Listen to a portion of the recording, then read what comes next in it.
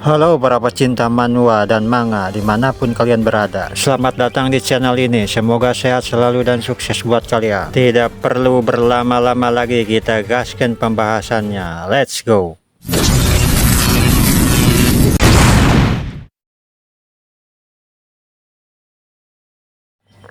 Sebelumnya Ronan adalah seorang kopral dan bersama komandannya yang bernama Hades yang berhasil selamat. Dan Hades ini pernah 3 kali memutar waktu, tapi selalu gagal dalam menyelamatkan dunia. Semua teman-temannya beserta prajuritnya tumbang dalam pertempuran melawan Ahayut. Ahayut adalah monster raksasa yang mempunyai sayap. Namun ketika mereka sudah mengalahkan Ahayut, tiba-tiba datanglah pasukan monster yang lebih kuat. Dan monster itu mempunyai 8 sayap beserta para prajuritnya. Pada saat monster itu mau menyerang, Komandan Hades memberikan pil berbentuk kristal kepada Ronan. Ronan pun terkejut dan secara bersamaan monster itu melenyapkan mereka beserta bumi. Begitu semuanya lenyap, Ronan sudah ada di suatu tempat di mana itu adalah desanya.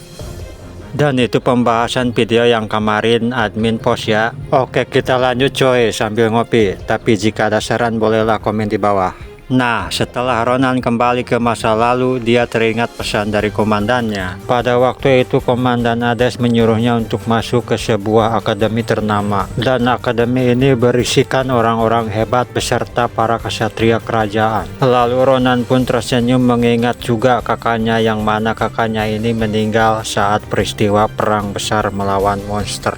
Dan Ronan pun langsung berlari ke rumahnya sambil tersenyum bahagia karena pikirnya kakak pasti ada di rumah. Namun belum sampai rumah, di tengah perjalanan Ronan melihat pemuda sedang digantung oleh perandalan. Dan ada pula pemuda penyihir bernama Asele. Ronan pun melihat sihir itu digunakan untuk menggantung pemuda itu. Dalam pikirannya pengguna sihir sangat berharga di medan perang. Bahkan pengguna sihir sangat jarang sekali ditemukan. Tapi kenapa di desa seperti ini ada seorang penyihir? Asele pun sangat khawatir terhadap pemuda itu dan takut terjadi apa-apa. Ternyata pemuda itu sedang dipalak karena mempunyai uang untuk pengobatan ibunya. Tapi berandalan yang bernama Han tidak peduli dengan alasan itu dan langsung menamparnya sambil mengatakan, jika ingin berbakti setidaknya harus mempunyai uang yang sangat banyak. Lalu Han menyuruh Asele untuk mengangkat pemuda itu ke atas pohon. Tapi Asele menolaknya dengan alasan sangat berbahaya. Namun si Han malah memarahinya dan mengejeknya karena dia seorang laki-laki, bukan perempuan yang punya rasa takut. Si Han pun mengancam akan menggantung Asele juga jika menolaknya. Lalu Asele bergumam berkata dalam benaknya, kenapa malah jadi seperti ini? Apa salahku? Apa karena aku seorang penyihir? Seharusnya aku mengatakan tidak bisa melakukannya. Di saat Asele akan melakukan sihirnya, Ronan datang dan memukulnya dengan sebuah tongkat seraya mengatakan, berhentilah bodoh, kau bisa membunuhnya. Lalu sihir itu berhenti hingga membuat jatuh pemuda itu yang sedang digantung. Sontak Han sangat marah kepada Asele yang telah menurunkan pemuda itu. Namun Ronan menasehati Asele agar tidak menuruti si Han, lalu mengajak ngobrol tentang masalah sihir yang digunakan Asele. Ronan bertanya kepada Asele, dari mana kamu belajar sihir seperti itu? Asele menjawab dia belajar dari sebuah buku yang dibelinya dari pedagang keliling. Ronan pun kagum karena hanya dengan buku murah bisa mempelajari ilmu sihir. Lalu Ronan mendengar suara pedang, ternyata Han akan menyerang Ronan karena sudah mengabaikan. Tapi serangan itu mudah dihindari. Lalu dia penasaran dari mana Han bisa mendapatkan pedang itu. Semua serangan Han mudah dihindari dan semakin marah kepada Ronan. Namun si Han berhenti dan mengatakan, kau beruntung Ronan, hari ini aku sangat tidak ingin bertarung. Tapi lebih baik kau berlutut saja dan meminta maaf, dengan begitu kau akan selamat Ronan. Lalu kakakmu akan kuperlakukan dengan baik karena sudah setiap hari aku melihatnya. Kakakmu sangat cantik dan sangat menggoda. Bokong pun bagus dan rasanya pun pasti berbeda dari yang lain.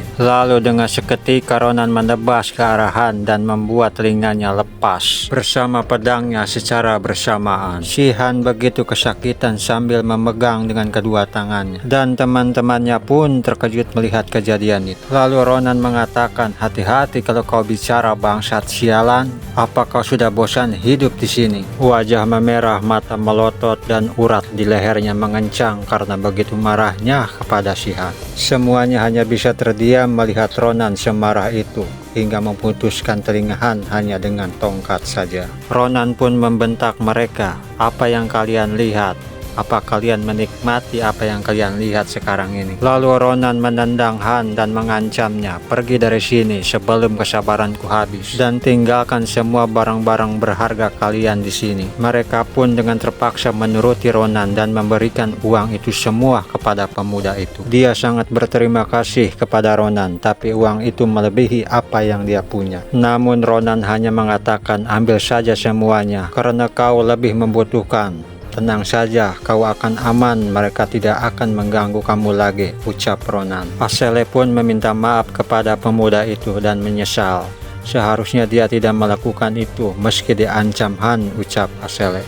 Dengan nada lembut dan menangis, Asele sangat ketakutan. Namun pemuda itu hanya tersenyum dan mengucapkan, "Kau tidak pernah berubah Asele, kau selalu menangis. Aku pun pasti akan melakukan hal yang sama karena ancaman Han itu bukan sesuatu yang sangat mudah untuk ditolak. Jangan dipikirkan Asele, ini bukan salahmu. Aku hargai permintaan maafmu," ucap pemuda itu.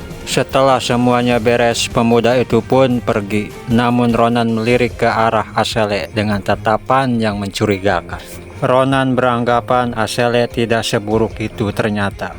Lalu Ronan melanjutkan pembicaraannya kepada Asele.